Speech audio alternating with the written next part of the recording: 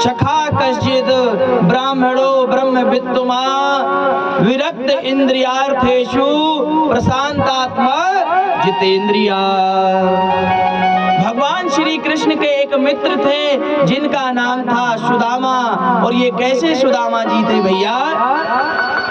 ब्राह्मणों में श्रेष्ठ ब्रह्मज्ञानी थे और विषयों से विरक्त शांति चित्र तथा जितेंद्रिय थे। भैया मित्र और सखा में अंतर होता है। और कोई कहता है सुदामा जी को कि वह दरिद्र थे।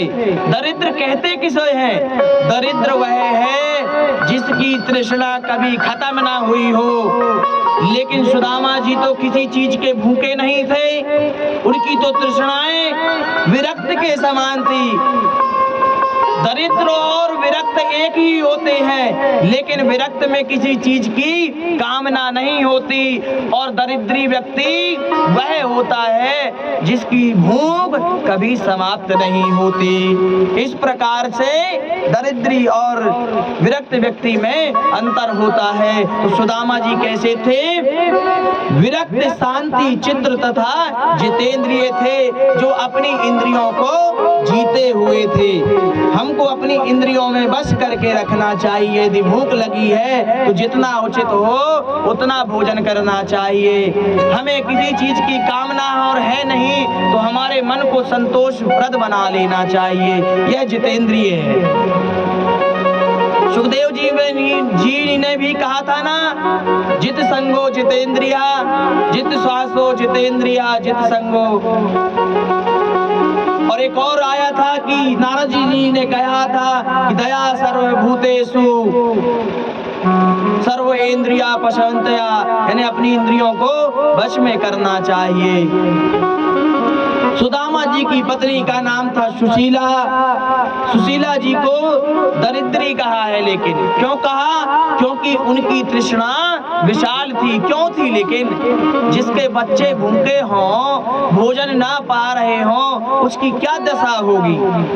भाई माँ है ना, माँ का तो अधिकार है कि अपने बच्चों को भूखा नहीं रखे। तो तृष्णा तो माँ की हो सकती है ना, इतना तो बनता है ना। इसलिए उनकी तृष्णा विशाल हो। ननो ब्राह्मण भगवता सखा साक्षात् श्रियापति ब्रह्मणस्य शरणस्य भगवान सात्वत सर्वसवा। एक बार सुशीला जी को कहीं से पता चला कि द्वारकाधीश श्री कृष्ण इनके मित्र हैं। सुशीला जी ने सुदामा जी से कहा, द्वारका जाने की प्रार्थना की। और सुदामा जी ने कहा, देवी जाने का मन तो मेरा भी है, किंतु मित्र के यहाँ खाली हाथ नहीं जाना चाहिए। सुशीला जी दौड़ कर गई और कई घरों से 4 मुट्ठी चावल मांग कर ले आई और 4 मुट्ठी चावल को एक फटी धोती में दोहरा करके बांध दिया और कहा, स्वामी ये भेंट मेरी अपने बाल सखा मित्र को दे दीजिएगा और मेरा एक संदेश भी उनसे कहिएगा। एक मास 2 पाख में 2 एकादशी हो, और मेरे घर गोपाल जो नित्य एकादशी हो। कहिएगा प्रभु कि मेरे यहाँ सबके यहाँ एक मास में 2 पाख में 2 एकादशी होती हैं, लेकिन मेरे घर में तो प्रभु नित्य एकादशी होती हैं।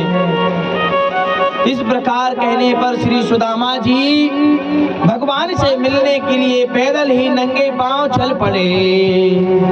चले श्याम सुंदर से